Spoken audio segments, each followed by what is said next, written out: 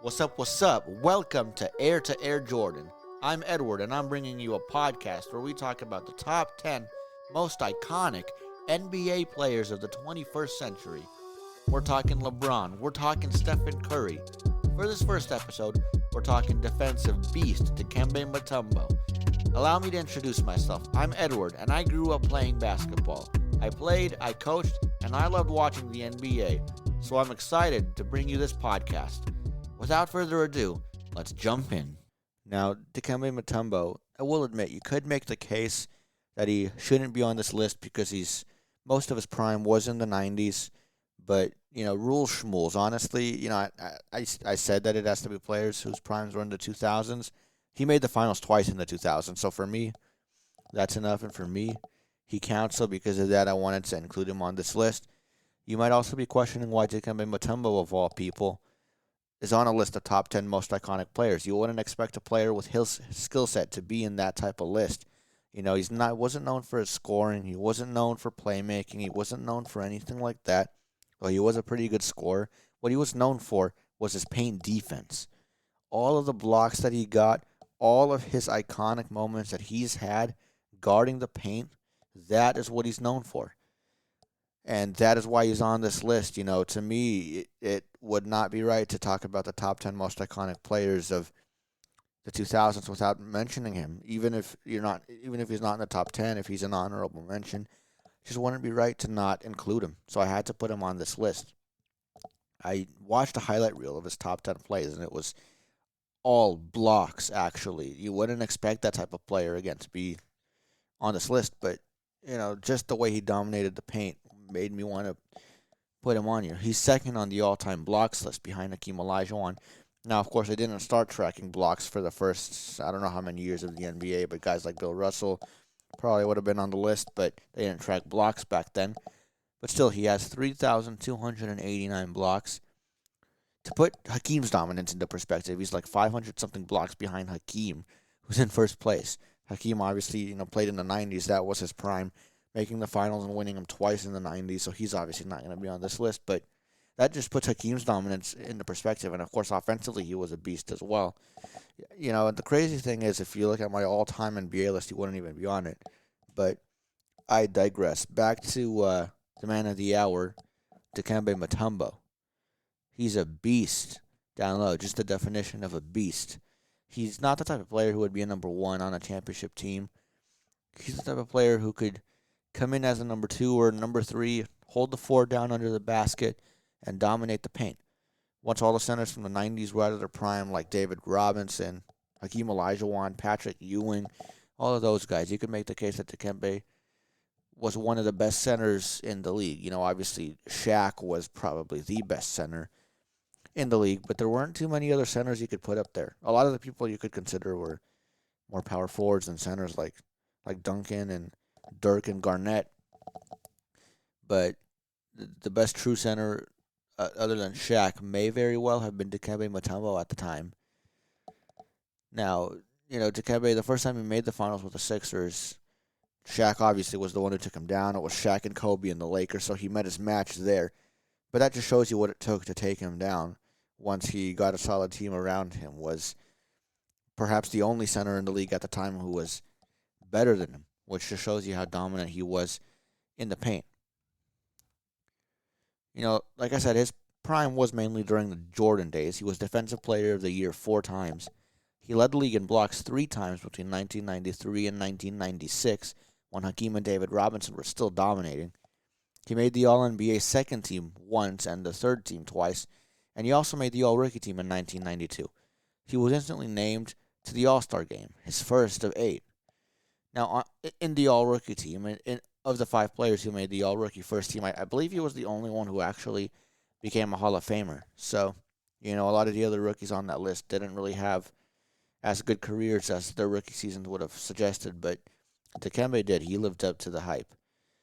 Now, his scoring, he did average 16.5 points that first year, but funny enough, his scoring dipped to below 14 points for the rest of his career. So that was probably his best season offensively, at least. But defensively, his blocks per game only increased, and they peaked in his final year in Denver in 1996 when he averaged 4.5 per game. So defensively, he only got better and better.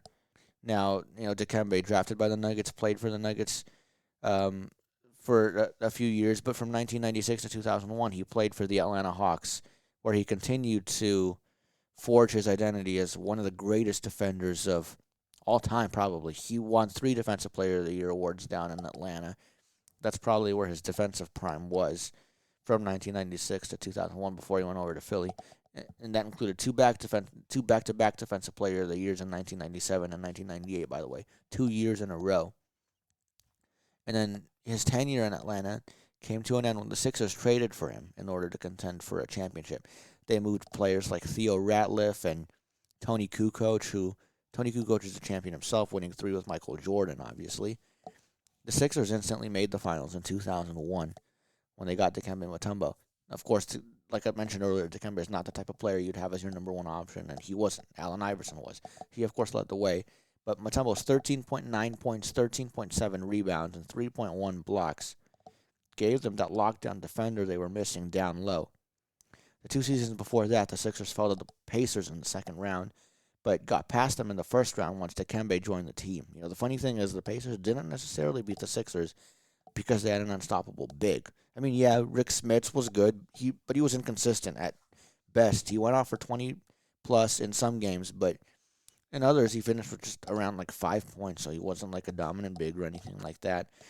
And the other funny thing is when Dikembe joined the Sixers and they played the Pacers again, the Pacers also added another really good big that same year in Jermaine O'Neal. So Dikembe faced both O'Neals that playoff round, or that playoff, not the same round, but in those playoffs. So we got to see the battle between Dikembe and Jermaine O'Neal in that playoff series, and Dikembe proved to be the better big in the series. He averaged about 12 rebounds to counter the production of Jermaine O'Neal, who had been in the league for 5 years, about half the time that Dikembe had been in the league by that point. So Jermaine O'Neal was still kind of young. And then the Sixers made their way to the finals, of course, where they lost 4-1 to the Lakers, who had what was probably the only guard duo better than Iverson and Mutombo. Obviously, Kobe and Shaq. Maybe not the only duo. I guess there's also Tony Parker and Tim Duncan. You could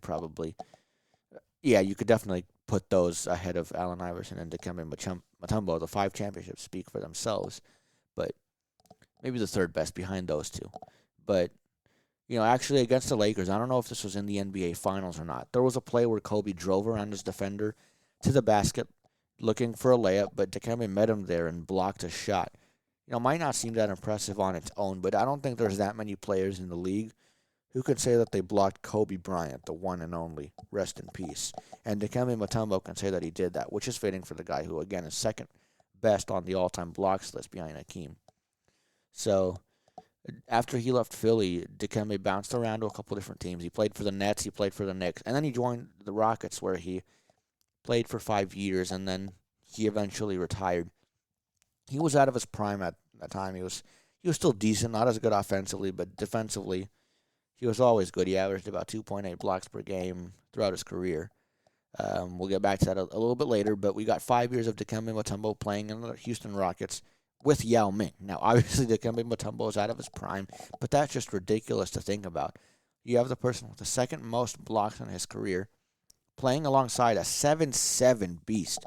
If they were both healthy, obviously Yao dealt with his injuries. If they were both healthy and they were both in their prime, that would have been a ridiculous big man duo. I don't know if it would have worked in the current NBA because neither of them could space the floor, but, and after that, unfortunately, the big man kind of died out for about 5 to 7 years before Jokic and Embiid rolled around. But, Dikembe would have been the greatest center in the league if he was in his prime in the early 2010s. I think you could really make the case for that. Even though he wasn't all that offensively, never averaged more than like 16.5-ish points per game in a season. Defensively, he was good enough to put him in those conversations. You could make the case Dwight was better.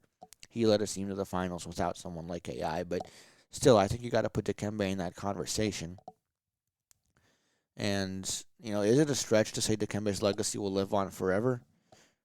I mean, let me know what you guys think, because, maybe it is a stretch. Maybe I am kind of overhyping the type of player Dikembe Mutombo was. Maybe I am, maybe I'm not. I didn't really get to see him in his prime because I was born in 2001. So, I might be far off here. If you guys saw Dikembe Mutombo play, please let me know what you guys thought of his career. But, that's not the end of it, because there is something that he did towards the end of his career that I also wanted to highlight. Actually, like before he retired in 2007, Dikembe Mutombo donated $15 million to his home country of the Democratic Republic of Congo. That's where he's from. He did that to open the Biamba Marie Mutombo Hospital in honor of his mother, to provide care for people who can't afford it. And the hospital has treated over 1 million people since it opened. So, his iconicism, if that's even a word, goes beyond the court. It goes to what he did after he retired. And, well, I guess that was before he retired, but he continued doing that after he retired. And he continued being that iconic player. And that's what makes some of the greatest players, is what they do after they retire. You look at Kobe and the type of girl dad he was and everything that he did, opening the Mamba Academy. You look at Shaq, and inside the NBA and everything that he's tried to do. People have their opinions about Shaq, of course, but it's things like that that make those players even greater. Obviously, what they did on the court puts them in those greatest of all time conversations for NBA players, but it's more than just being a great player. It's being a great person, and Dikembe Mutombo was the embodiment of that. So I wanted to include him on this list. But with that, I'll wrap up my spiel about Dikembe Mutombo. Is number 10 on my top 10 list, of course. So keep expecting more players. In each episode, there's going to be a new player, and that'll do it for this episode of Heir to Heir Jordan. If you made it this far, thank you for listening. Check out my website, heirtoheirjordan.podbean. That's PODBEAN.com. That's heirtoheirjordan.podbean.com for more information about me and my podcast. Next episode, we're going to talk about one of the few guys who played with both Dirk and Kobe. Make sure to subscribe and keep an eye out for the next episode. I'll see you next time.